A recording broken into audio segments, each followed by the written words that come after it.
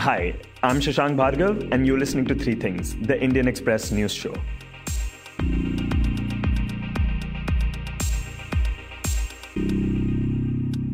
In this episode, we talk about how COVID-19 does not seem to be a concern in Bihar as the state goes to polls today.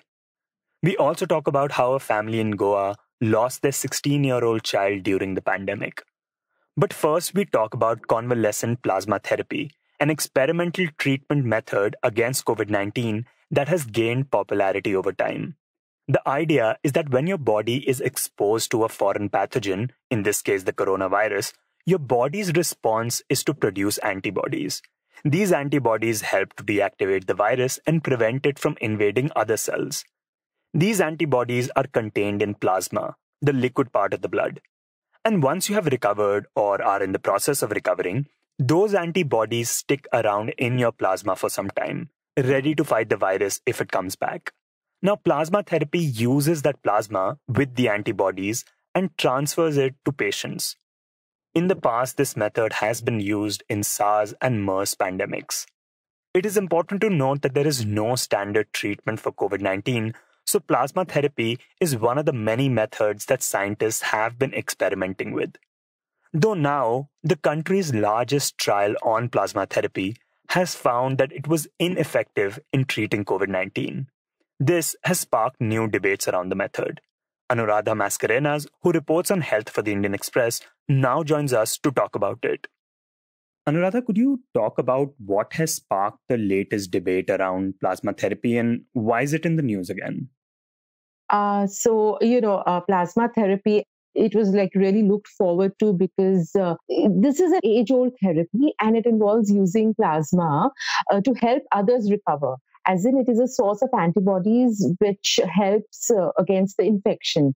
So initially, there were a lot of promising anecdotal findings, and then ICMR, of course, launched this Placid trial, which is the largest trial ever. And like other countries, India went ahead with this. And there was a lot of hope, etc. But now, in September, there was these initial findings, which was on a preprint server. And they were then published in the peer-reviewed British Medical Journal recently. So that has kind of said that, it's ineffective in really stopping COVID. And Dr. Bhargava, the ICMR Director General, had taken a press conference recently where they told media persons that they were thinking of deleting this plasma as a definitive therapy from the national guidelines for COVID treatment. So, which is why, the entire trial and then what the ICMR people are saying, that's back in the news. And on the other hand, there are all these anecdotal findings. There are these reports that plasma therapy, if given at the correct time, can really help. So the jury is still, out on all this. But because the Placid trial, the investigators have said that these are very clinically meaningful results, it's kind of put a kind of a stop therapeutic option. Right. So could you talk a bit more about the Placid trial? How big was it and what did its findings say in detail? So Placid was basically a randomized control trial in 39 hospitals and spread across 14 states and, according to the report, 25 cities. So it basically covered around, say, 64 adults. And this was done between April, May, June, July. So these last 4 months. And who had moderate COVID. So, some of them were given convalescent plasma therapy, some were randomized to the standard of care. And then some received 2 doses of 200 ml and 24 hours apart. So, there was an intervention arm and there was this other control arm. Basically, the results showed that the progression to severe disease or death at 28 days, as compared to both, there was not too much of a difference. I mean, basically, it didn't show that reduction in 28-day mortality. Or, there were some kind of improvements like, shortness of breath and fatigue was reduced at day 7, etc. But overall impact, as in reducing the 28-day mortality, that didn't happen. So that is a setback. There have been results across other countries also, like, say, China and Netherlands. And this has been officially published in the British Medical Journal, where some trials were even terminated because they could not find any effect on the mortality, hospital stay or the disease severity. There was no effect as such in terms of time to, clinical improvement.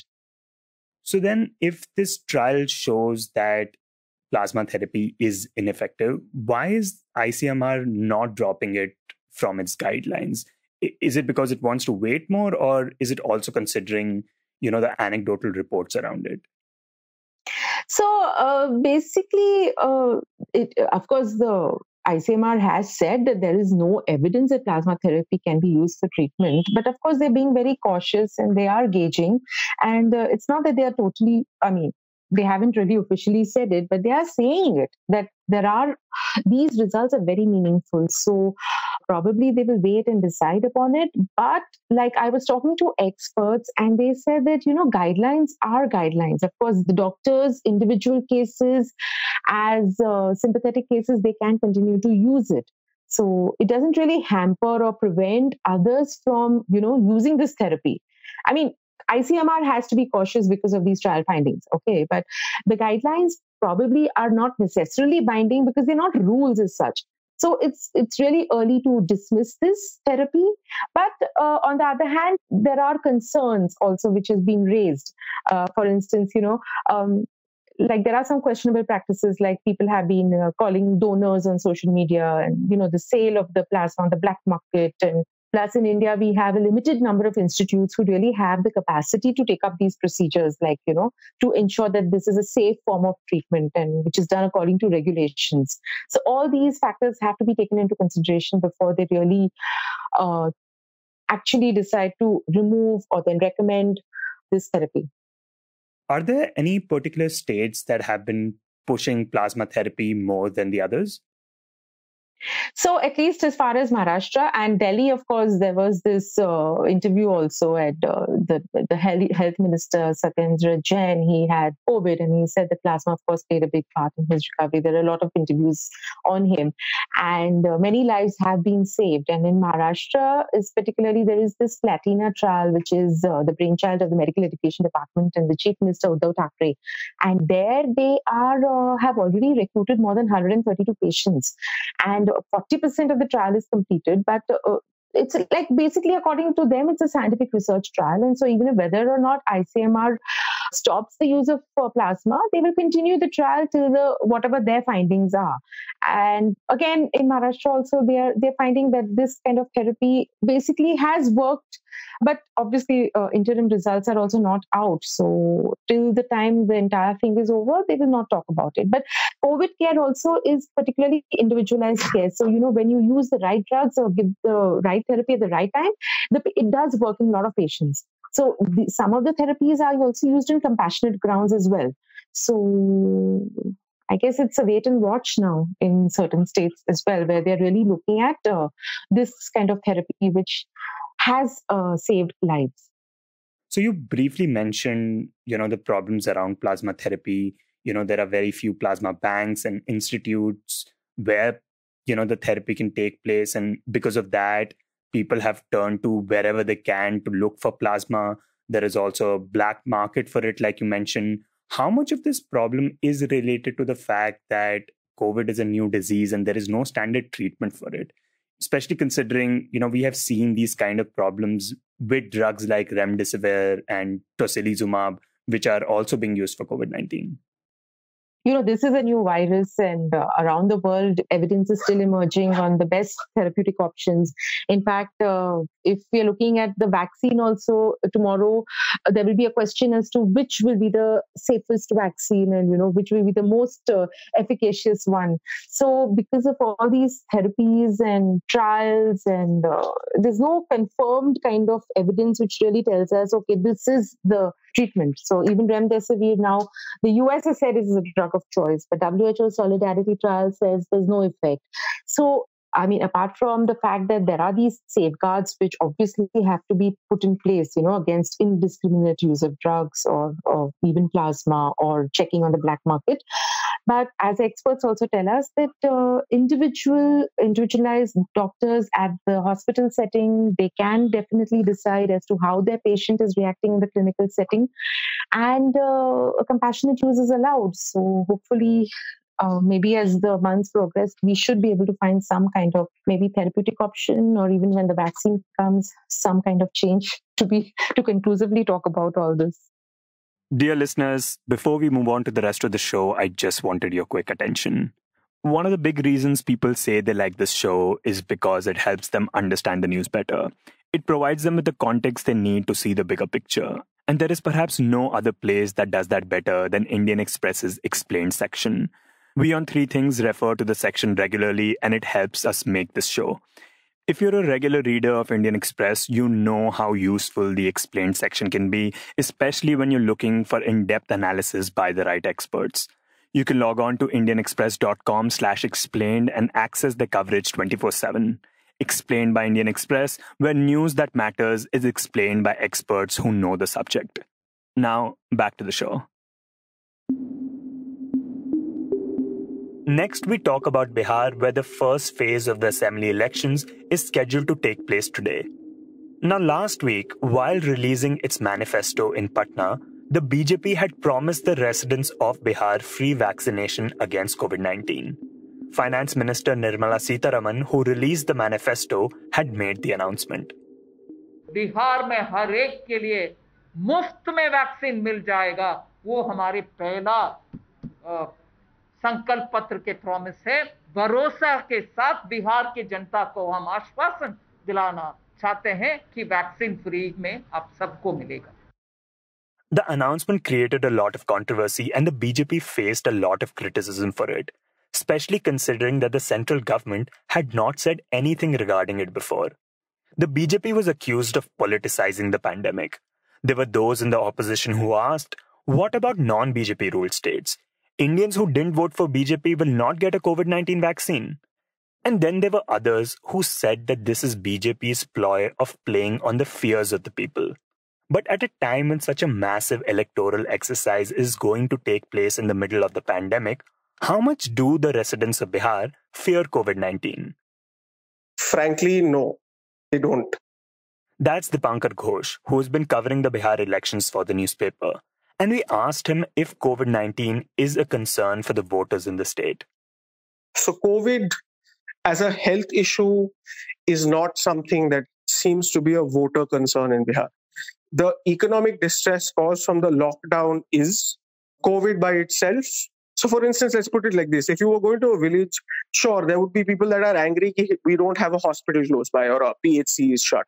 But that's not more or less exacerbated by COVID. It is not COVID generated that anger. I don't think in Bihar's villages, COVID is a factor really. And that is, evidenced by the fact that if you were in Bihar, honestly, even in the towns, even in the cities, the percentage of people wearing masks or carrying a sanitizer will be 1 in 20, 1 in 25. And this is something that Dipankar saw all throughout Bihar. I went to Nitish Kumar's home village in Kalyan, Bihar, where I was told by villagers that COVID was a conspiracy. And because COVID is a conspiracy, therefore, this economic distress has become even worse. And they said, just looked around and said, has anybody in this village got COVID? And they said, villagers said no. And that was evidence enough for them. We had asked the same question to Santosh Singh, who has covered multiple elections in the state for the newspaper, about whether people are concerned about COVID-19 there. Not at all. Not at all. I think Election Commission should do something about it.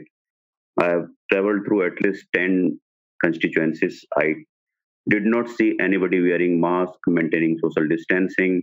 At several places, not even candidates were wearing masks. I was the one who was wearing mask and looking pretty odd. When I went to a place wearing face shield, people were laughing at me. So such is the disdain for protocol. I'm afraid it is being followed anywhere. The idea that COVID is made up is something that people told Santosh as well. I just remember having covered a story in Danapur near Patna. One gentleman said, Corona ko hum chaba jayenge. They said in a mill, we'll bite the crush Corona. So such is the disdain for COVID in village areas. They somehow think it is manufactured. There are even so much talk about it. And they also think it's a urban thing, not a rural thing. So which is somewhat true, or it is also as much true that people are not getting tested. If they have symptoms, they do not get tested. The idea being that if there is no set treatment for it, then what's the point? A lot of people, if they get a fever, just take a paracetamol tablet, he says. And despite the election taking place in such extraordinary circumstances, Santosh says that there is not much difference between now and the previous elections. When candidates are out in the field, crowd follows them. So as a reporter, I didn't find much difference. Even as a reporter, I went to several places. I found myself sitting amidst people. The people were not keeping distance from me, or vice versa. So in the field, it's not different. Apart from the talks about the COVID protocols and rules and regulations, nothing is being done in the field. Circles are made there, but nobody is standing as per the circle instruction. But it's not like people aren't getting infected by COVID-19 in Bihar. The state so far has recorded over 2.1 lakh cases and little over 1,000 deaths due to the virus. Among the people who have died also include 3 MLAs in the state. On average, Bihar is recording about 1,200 cases daily, which as compared to the other states like Maharashtra is low, but some experts say that this could be due to poor disease surveillance. Political rallies where thousands gather have continued to take place in the state, however. Today, Prime Minister Narendra Modi and Congress leader Rahul Gandhi are both scheduled to rally in the state. And experts worry that large gatherings like these could enable the virus to spread much further, which could then lead to severe consequences. I think what has happened is that Bihar is genuinely mimicking reality as if the pandemic doesn't exist. People are saying that if the pandemic really did exist, would they really be having elections at this time? Elections with rallies, you can keep saying, that there are a bunch of measures that are in place, but clearly the rallies, there are absolutely no measures. It's not like anybody really follows door-to-door campaigning where there should only be 5 people. None of that really happens. It is a normal election at this point. You're not hearing any conversations of digital campaigning anymore, because that's not true. People are just going around as if it's a normal election.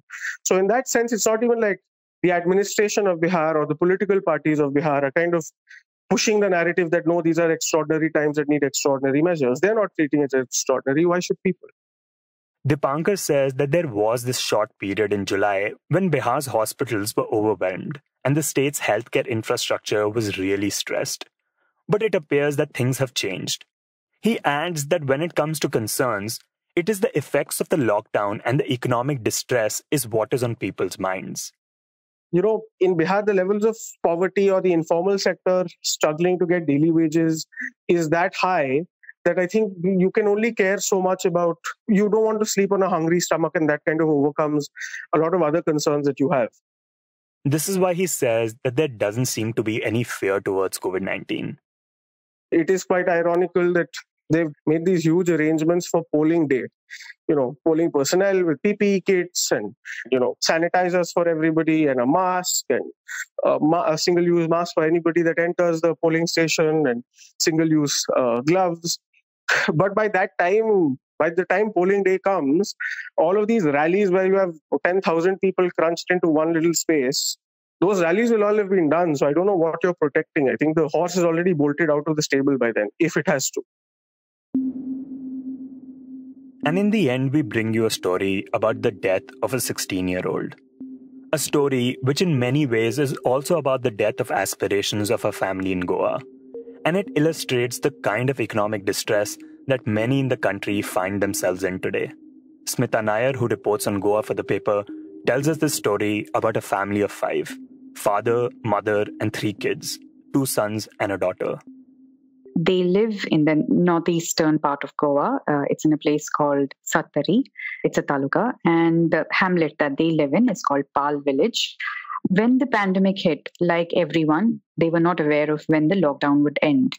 The father is a driver in a private bus. Now, Goa doesn't have a robust public transport service, so he has to rely on filling his bus, and this bus then goes to the town center, which is Mapsa, which is a few kilometers away.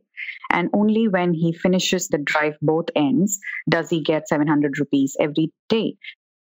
This is what he used to earn before the pandemic struck. This was the main source of income for the family. Apart from this, though, Smita says that the mother and the grandmother, who happens to live in the same neighborhood, were beneficiaries of a government scheme. Now, this is a very populist welfare scheme. It goes by the name of Dayanand Social Security Scheme. And suddenly the pandemic hit and the welfare scheme funds also stopped, or rather dried up.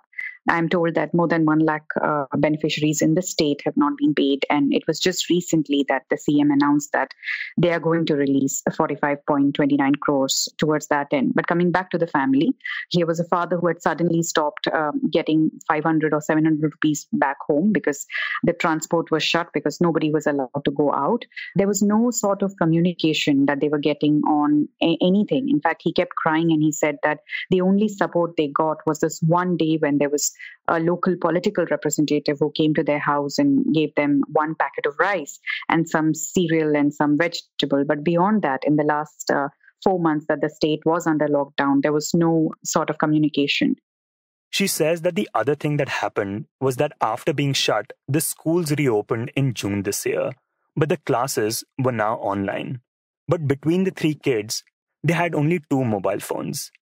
Now, the daughter is studying to become a nurse, so that makes it very important for her to sit in an online class herself from morning to 3 o'clock in the afternoon. Then there were these 2 boys who were left with 1 smartphone because they had their timings and their class timings clashed. The younger boy did not even have the opportunity to study, and he had to eventually drop out of constant daily education, as we call it.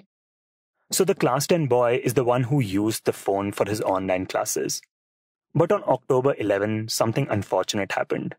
It had been raining heavily that day, and the phone slipped from the boy's hand. The phone's screen broke. Though he hid this fact from his parents at first. He's believed to have kept on charging it the whole 2 days, and he tried to see whether maybe by drying the phone it might work, and he has used his resources. But on the morning of Tuesday, he then went to his mother first and he said that, look, I need to repair this because I'm missing my classes. And she's told him that we don't have money right now, but you'll have to ask your father. On Tuesday, again, he asked his father, and his father said that you cannot be so stubborn. Mother has already told you that I'm struggling. Now, the thing is, the father also gets rupees 500 only when he has ensured that a full bus travels all the way to town and comes back. So it's also a lot of ifs and buts that gets him that rupees 500. So he appealed to his son that if you give me 4 days, then maybe I can make it into 2,000 and then I can give it to you and then you can probably repair it or buy a new one. The father left home after saying that. But later that night, the boy asked his father for money once more. And then again the next morning. And that is when the father got upset. And he was about to hit him. So when the boy said that, look, stop, I have only one shirt. And then he removed the shirt and held it aside. And then he said, now you can beat me. And the father says that when he did that simple act of removing the shirt and telling him that's all I have, he says there was no way I could hit him. I mean, he said that I could see our desperateness in that one act. And he then promised this boy again that, look, give me some days and I'll make it happen. But I think there was some sort of pressure playing in his head. The next day, on Thursday, again, he asked his father, but this time his father did not hit him or even make any sort of conversation, to which the son said that I would request that whatever you want to say or, do, you can do it now. If you want to hit me, you hit me now because you may not get to do that in the evening. Those were his last words to his father. Later that day, the boy's body was found hanging in the house. His case, Smita says, has been registered as a case of suicide in the police records. While talking to Smita, the father looked back at the boy's last words. And now the father says, in hindsight, that those words were so powerful because that itself shows that he was already determined because he saw nothing happening. He had such great plans and he had been very hopeful. And I think that sort of pain to see his father not even being in a position to give him another $1,000, I think that kind of shattered him. This story, Smita points out, was first reported by a local Konkan daily, though Smita had been the first to visit the family, and says that the father had been distraught. More than sadness, he was very angry that nobody had come to visit him or their family because none of the local political representatives had made a visit. The only two officials, he said, who actually came to his house was the police officer and a teacher, a school teacher. And he was absolutely aghast at the way all these politicians have responded to the sadness that has happened in that house. The other thing that the father talked to Smita about was the absolute lack in planning when it came to the education system. In the sense that he said that there are many other houses in the vicinity where children are struggling to study. The school actually said that, look, we don't have any such compulsion. Those who want to study are welcome to even come to the school premises with their doubts when they have one. And they are also willing to kind of revise the chapters when the schools eventually open. But that also is a little uncertain in Goa right now because the parents and the teachers are still not sure whether it's a good idea to open the schools. But the bigger issue that the father pointed out is that if you know that the schools are not going to open at any slotted date, then shouldn't the government make some sort of plan where they reach out to families, where they reach out to homes and try to understand the resources that are available at their end, and then ensure that some sort of facility is made available to them, and then start this online education? Because he says that there's no sense in aping systems and models which are probably working elsewhere, because in a village setup, it's very difficult. She says that the local press has been highlighting these issues in their daily stories of children crossing rivers, walking kilometers through forests, or climbing hills just to get good phone connectivity. It's a very sorry state of affairs. And the teachers are not happy either because there's a lot of pressure to complete the syllabus. And this entire thing has now become a chaos. And that is why the story of the suicide stands out, because it kind of tells you what it has done to the mind of a 16-year-old. I think there was so much of pressure that he felt that, if he misses the classes or if he kind of falls behind this whole curriculum, as we call it. I'm also told that he wanted to join the army as his first choice. And the second choice was joining an ITI curriculum where they teach you skills. And he wanted to learn electricals. And he said, in fact, he told this to his father just before the beginning of this year that, look, I don't want you to keep going and begging to local politicians for a government job. I'm there for you. I'm going to become an electrical contractor and I'm going to kind of get you at least 3 contracts a year and 3 big contracts a year. And I'm going to do you good. And that is the kind of planning that this little boy had for his father, because I'm told that he was tired seeing his father struggle day in and day out. The death of the boy has also had a severe impact on the other 2 kids of the family, who Smita says had been really eager to study, but now they're just not able to. Their willpower, everything is gone. They seem defeated when we met them. The daughter says that she always wanted to be a nurse, and she wanted to do that because, she saw fellow friends who were becoming nurses, and she saw a future in there. And she says that, that also is now going to be very unachievable because she travels to Hubli because there are no proper schools around where she lives. So she travels to the neighboring state and the fees is 5 lakh for 4 years. And she says, now I don't know how the future is going to look because my brother had promised me that he's going to drop out and start working and help me. So there's a lot of planning aspiration that the family personally did for themselves. They were going, what you would say, Narendra Modi, our PM's statement of Atmanirbhar, they were actually becoming Atmanirbhar. And this is not entirely due to the pandemic that they have lost all their dreams. I would say this shows how lack of planning and lack of a vision actually led that boy to make that climb and kill himself. Smita says that this is yet another story that shows how a large section of the country is experiencing the pandemic remarkably different from the others. We all seem to see this pandemic in different ways, depending on where we are. We try to say that we couldn't go to a restaurant, or we say that we have not gone out, or we have not purchased so-and-so item, or we have not traveled. But I think the pandemic has hit probably the most vulnerable and the most marginalized in the most extreme fashion. So when a boy looks at his father who's not even able to fix a simple mobile phone, I think that cruel decision that he takes himself should tell us something about where we stand and should probably make all of us people who are in positions where they are designing policies to again sit quickly and urgently and rethink on how we can make this work for the marginalized. You were listening to Three Things by the Indian Express. Today's show was written and produced by me, Shashank Bhargav, and as always was edited and mixed by our producer Joshua Thomas. Before we go, here's another reminder to check out Indian Express's Explain section. You can log on to indianexpress.com/explain and find in-depth analysis by the right experts. It has everything you need to know to understand the news better and see the bigger picture. If you like this show, then you can subscribe to us wherever you get your podcasts. You can also recommend the show to someone you think will like it, share it with a friend or someone in your family. It's the best way for people to get to know about us. You can also tweet us at Express Audio and write to us at podcast@indianexpress.com.